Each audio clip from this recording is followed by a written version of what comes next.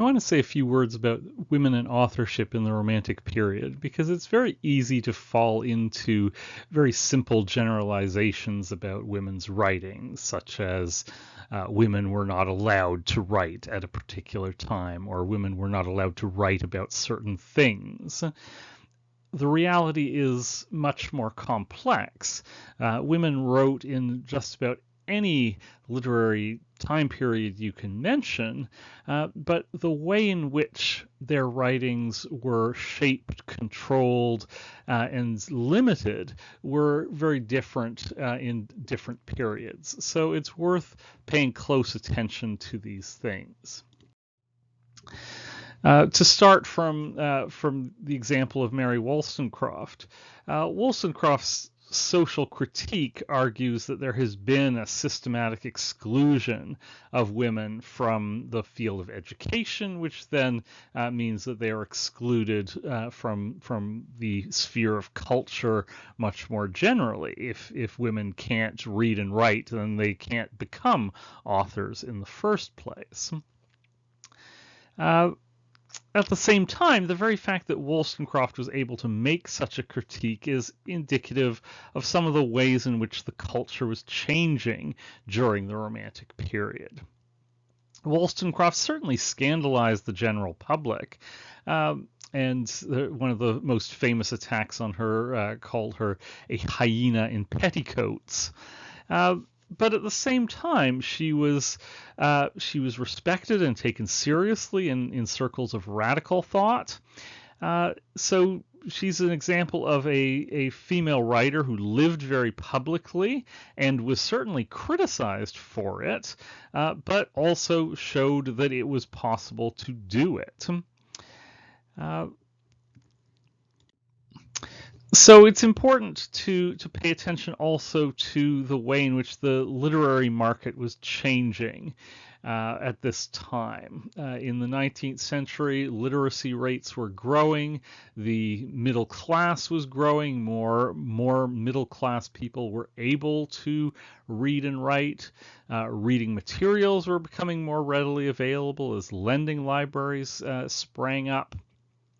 So the possibilities for women to make a living by writing were very much growing in this period, both because there was a greater market for books, but also because there are also more women who would be literate and able to write in the first place. So there were at this time many successful female novelists and even dramatists. I've mentioned Anne Radcliffe repeatedly in this writing in the 1790s. Jane Austen, the most famous female novelist, comes just a little bit later in the early 1800s. And women could even write for the stage as long as they didn't scandalize the public too much by putting themselves forward too publicly.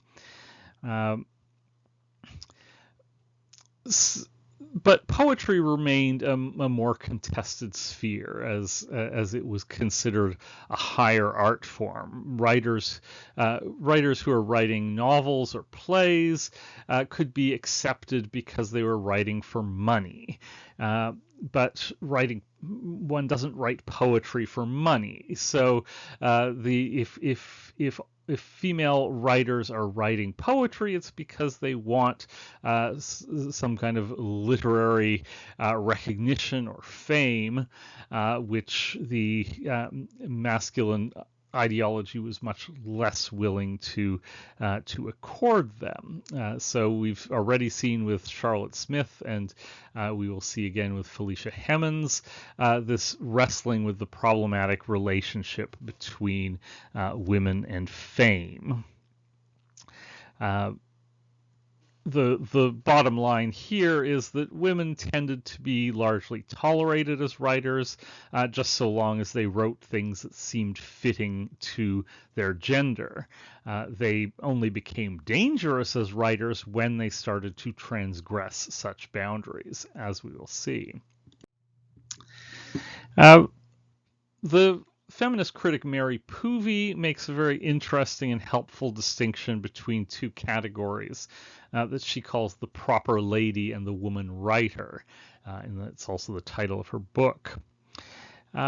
The proper lady is the female author who abides by the literary conventions of the time, who engages in a very privatized version of authorship, often publishing anonymously under a male pseudonym.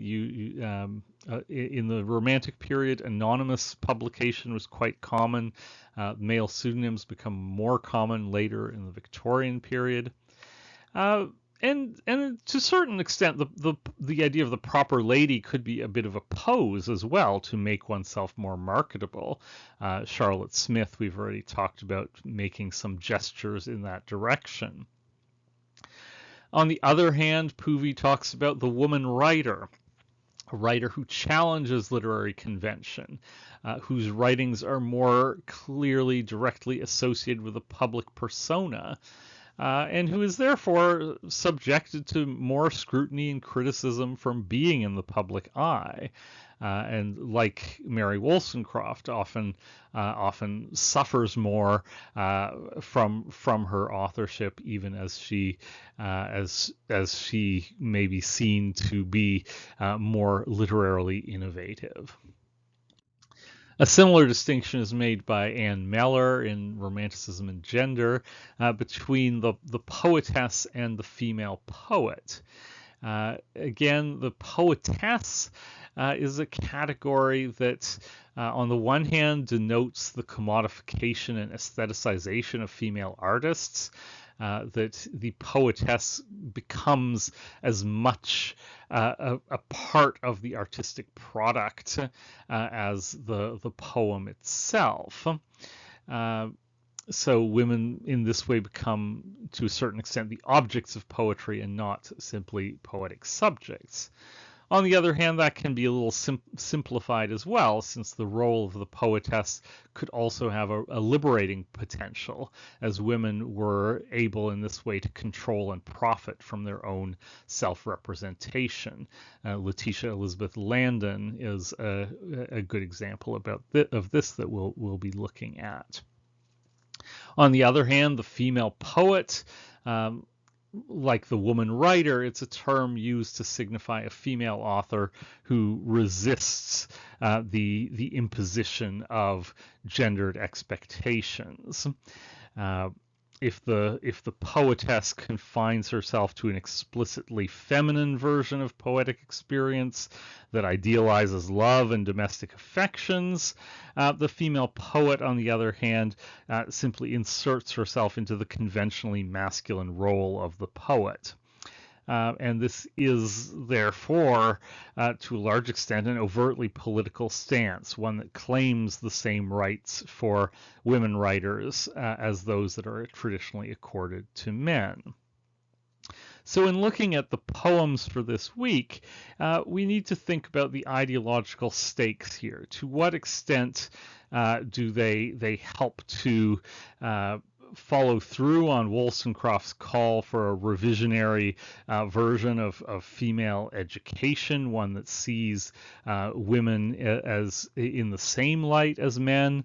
To what extent do they conversely function to reinforce the dominant ideology? And to what extent do they point up significant differences between female and male experience? One final point I'd like to raise is about how women were read differently. And it has to do with the forms in which they were read. While male poets with ambition like Wordsworth and Coleridge could simply put out a volume of poetry and see how the public responded, this is something that was much more difficult for women at the time. And as a result, women writers of the period were often consigned to more popular forms like the broadsheet ballad or song, many of which do not survive because they were printed on very cheap paper, or what was called a commonplace book, which was like an early form of scrapbook. where women often transcribed things that interested them. These are obviously in the days before photocopiers. Um, and another very popular form, especially towards the end of the Romantic period, was the literary annual or the ladies' annual. Uh, so the distinction that we now tend to make between books as serious literature and magazines as entertainment or ways of passing the time is something that really emerges in the Romantic period. The ladies' annuals were really glossy, eye-catching magazines, but they go beyond that. They contained poems, short stories, illustrations, but their major selling point was their appearance. It's the physical form of the book. It was lavishly bound in silk with gilt-edged pages, featured numerous illustrations. So in a way, the very form of the work led to its denigration as a somewhat precious feminine object, unliterary and associated with feminine consumerism. And for this reason, most critics haven't been very interested in what was published in them. The ladies' journals were considered both at the time and later as merely popular publications and not as serious literature. So to a large extent, they were seen as stereotypically feminine, associated with women as consumers, that it was women who were buying these books, but also writing for these books, but in a very hack kind of sentimental way. That only certain kinds of poems and stories were accepted for the annuals gift books. So again, this exemplifies the commodification of feminine desire and the consolidation of domestic ideology, that this is the acceptable form that femininity takes under consumer capitalism. On the other hand, there are ways of seeing sites of resistance to the dominant ideology here, in that the annuals were a site in which women and men were often published side by side, were usually edited by women, and usually made a great deal of money, so it was a well-rewarded post. And these women who may have been writing about the public sphere were nevertheless public figures. I mentioned Letitia Elizabeth Landon, who became very famous writing for annuals and who was very much possibly the first female literary celebrity along the lines of Byron. One particular example is called the Keepsake, and I've put a link to one to the Keepsake for 1829 in an electronic edition, so you can see what that was like. This was, as I've said, it was very popular. It was marketed towards middle-class women. It focused on feminized content, often elegant illustrations of middle-class women. But it also courted very high-powered contributors, Sir Walter Scott, Wordsworth, Thomas Moore, both for name recognition and for the added appeal of, in this way, making a book acceptable for a gentleman's library. And often the big names such as Wordsworth or Scott were typically paid big money just to overcome their objections to writing for the annuals. So again, there's a gendered split here. There was serious literature associated with the prominent male romantic authors, and then these ladies' annuals associated with feminine consumerism, considered to be passing fashions like clothes rather than eternal literary values.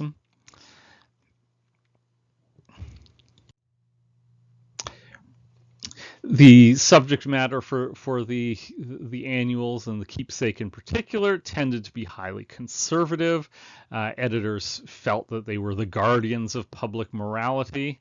But interestingly, many stories involved women living out middle-class fantasies or suffering hardships and things that often were not discussed in polite society. So again, there are ways in which we can see sites of resistance in these publications as well.